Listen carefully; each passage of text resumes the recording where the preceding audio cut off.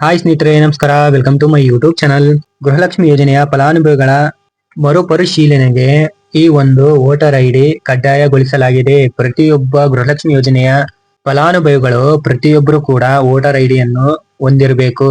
ಇಲ್ಲ ಅಂತಂದ್ರೆ ನಿಮಗೆ ಗೃಹಲಕ್ಷ್ಮಿ ಯೋಜನೆಯ ಈ ಒಂದು ಹಣ ಬರಲ್ಲ. ಇನ್ನು ವೋಟರ್ ಐಡಿ ಯಾವ ರೀತಿ ಇರಬೇಕು ಮತ್ತು ಆ ವೋಟರ್ ಐಡಿಯನ್ನ ಎಲ್ಲಿ ಕೊಡಬೇಕು, ಅದನ್ನ ಯಾರು ಪರಿಶೀಲನೆ ಮಾಡ್ತಾರೆ, ಮತ್ತೆ ವೋಟರ್ ಐಡಿ ಕಾರ್ಡ್ ಹಳೆದಿದ್ರೆ ನಡೀತತೋ ಅಥವಾ ನೀವು ಬೇರೆ ಹೊಸದಾಗಿ ಏನಾದ್ರೂ ಐಡಿ ಕಾರ್ಡ್ ಮಾಡಿಸ್ಬೇಕಾ?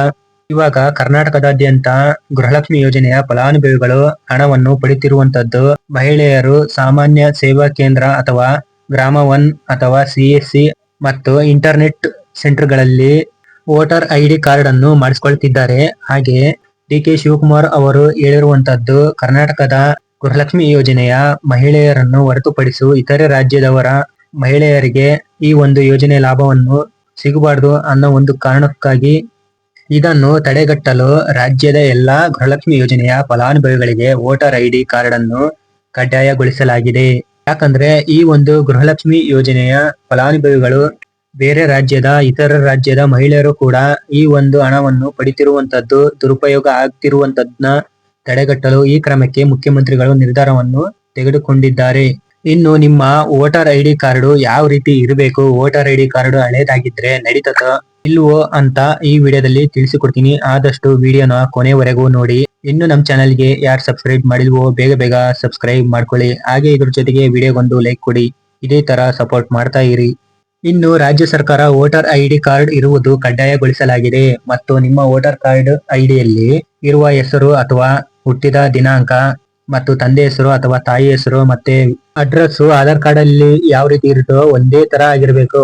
ಒಂದ್ ವೇಳೆ ಬೇರೆ ಬೇರೆ ಆಗಿದ್ರೆ ಅಂತ ಆಧಾರ್ ಕಾರ್ಡ್ ಡಾಟಾ ಮತ್ತು ವೋಟರ್ ಐಡಿ ಸೇಮ್ ಡಾಟಾ ಆಗದಿದ್ದರೆ ನೀವು ಗೃಹಲಕ್ಷ್ಮಿ ಯೋಜನೆಯ ಫಲಾನುಭವಿಗಳ ಪಟ್ಟಿಯಿಂದ ಹೊರಗುಳಿಯೋ ಸಾಧ್ಯತೆ ಹೆಚ್ಚಾಗಿದೆ.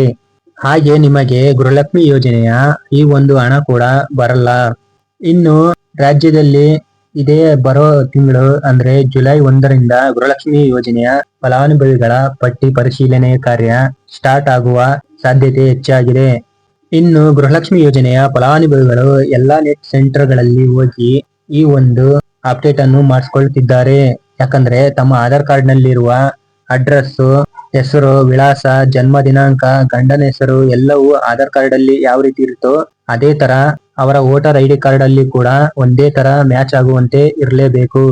ಇನ್ನು ಇದರಲ್ಲಿ ಆಧಾರ್ ಕಾರ್ಡ್ ಅಲ್ಲಿ ಇರೋ ಹೆಸರು ಮತ್ತೆ ವೋಟರ್ ಐಡಿ ಕಾರ್ಡ್ ಅಲ್ಲಿ ಇರೋ ಹೆಸರಲ್ಲಿ ಒಂದು ಸ್ವಲ್ಪ ಸ್ಪೆಲ್ಲಿಂಗ್ ಮಿಸ್ಟೇಕ್ ಇದ್ರೂ ಕೂಡ ನೀವು ಗೃಹಲಕ್ಷ್ಮಿ ಯೋಜನೆಯಿಂದ ಹೊರಗುಳಿಯುವ ಸಾಧ್ಯತೆ ಹೆಚ್ಚಾಗಿರುತ್ತೆ. ನೀವು ತಕ್ಷಣ ಆದಷ್ಟು ಬೇಗ ಇವಾಗ್ಲೇ ಆಧಾರ್ ಕಾರ್ಡ್ ಅಲ್ಲಿ ಮತ್ತೆ ವೋಟರ್ ಐಡಿ ಕಾರ್ಡ್ ಅನ್ನು ಎರಡನ್ನು ನೀವೇ ಮನೆಯಲ್ಲಿ ಕುಳಿತು ಚೆಕ್ ಮಾಡ್ಕೊಳ್ಳಿ. ಯಾಕಂದ್ರೆ ಅದರಲ್ಲಿ ಸ್ವಲ್ಪ ಮಿಸ್ಟೇಕ್ ಇದ್ರೂ ಕೂಡ ನಿಮಗೆ ಗೃಹಲಕ್ಷ್ಮಿ ಯೋಜನೆಯ ಈ ಒಂದು ಹಣ ಬರೋದಿಲ್ಲ.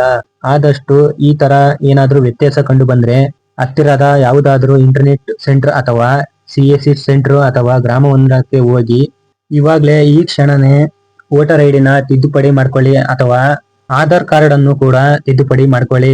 ಈ ಎರಡು ದಾಖಲೆಗಳು ಪ್ರತಿಯೊಂದರಲ್ಲೂ ಕೂಡ ಅಕ್ಷರ ಒಂದೇ ತರ ಇರಬೇಕು. ಉದಾಹರಣೆ, ಆಧಾರ್ ಕಾರ್ಡ್ ಅಲ್ಲಿ ಗೀತಾ ಅಂತ ಇದ್ರೆ ವೋಟರ್ ಐಡಿ ಕಾರ್ಡ್ ಅಲ್ಲಿ ಕೂಡ ಗೀತಾ ಅಂತಾನೆ ಹೆಸರಿರ್ಬೇಕು. ಅದರಲ್ಲಿ ಒಂದು ಸ್ಪೆಲ್ಲಿಂಗ್ ಕೂಡ ಮಿಸ್ಟೇಕ್ ಆಗಬಾರ್ದು, ಒಂದು ಸ್ಪೆಲ್ಲಿಂಗ್ ಕೂಡ ಚೇಂಜ್ ಇರಬಾರ್ದು. ಅಕಸ್ಮಾತ್ ಒಂದು ಸ್ಪೆಲ್ಲಿಂಗ್ ಕೂಡ ಚೇಂಜಸ್ ಏನಾದ್ರೂ ಇತ್ತು ಅಂದ್ರೆ ಆದಷ್ಟು ಬೇಗ ನಿಮ್ಮ ಆಧಾರ್ ಕಾರ್ಡ್ ಅಥವಾ ವೋಟರ್ ಐಡಿಯಲ್ಲಿ ಇರುವ ಹೆಸರು ಒಂದೇ ತರ ಬರೋ ಹಾಗೆ ತಿದ್ದುಪಡಿನ ಮಾಡಿಸ್ಕೊಳ್ಳಿ. ಇನ್ನು ನಿಮ್ಮ ಮನೆಗಳಿಗೆ ಆದಷ್ಟು ಬೇಗ ಅಂಗನವಾಡಿ ಕಾರ್ಯಕರ್ತರು ಭೇಟಿ ನೀಡಿ ನಿಮ್ಮ ದಾಖಲೆಗಳನ್ನು ಮರುಪರಿಶೀಲಿಸಿ ಇದರ ಜೊತೆಗೆ ನಿಮ್ಮ ಫೇಸ್ ಆಧಾರ್ ಅಂತಂದ್ರೆ ಫೇಸ್ ರೆಕಗ್ನಿಷನ್ ವೆರಿಫಿಕೇಶನ್ ಮಾಡಿ ಹೋಗ್ತಾರೆ. ಇದು ಸಂಪೂರ್ಣವಾಗಿ ರಾಜ್ಯ ಸರ್ಕಾರದಿಂದನೇ ಬಂದಿರುವಂತದ್ದು. ಮರುಪರಿಶೀಲನೆ ಕಾರ್ಯ ನಡೆಯಲಿದ್ದು ಗೃಹಲಕ್ಷ್ಮಿ ಯೋಜನೆಯ ಪ್ರತಿಯೊಬ್ಬ ಫಲಾನುಭವಿಗಳು ಈ ಯೋಜನೆಯ ಲಾಭವನ್ನು ಪಡ್ಕೊಳ್ಳಲು ಅಂಗನವಾಡಿ ಕಾರ್ಯಕರ್ತರಿಂದ ಅಥವಾ ಗ್ರಾಮ ಒನ್ ಅಥವಾ ಬೆಂಗಳೂರು ಒನ್ ಕೇಂದ್ರಗಳಲ್ಲಿ ನೀವು ಆದಷ್ಟು ಬೇಗ ನೀವಾಗೆ ಹೋಗಿ ಮರುಪರಿಶೀಲನೆ ಕಾರ್ಯದಲ್ಲಿ ಭಾಗಿಯಾಗಿ.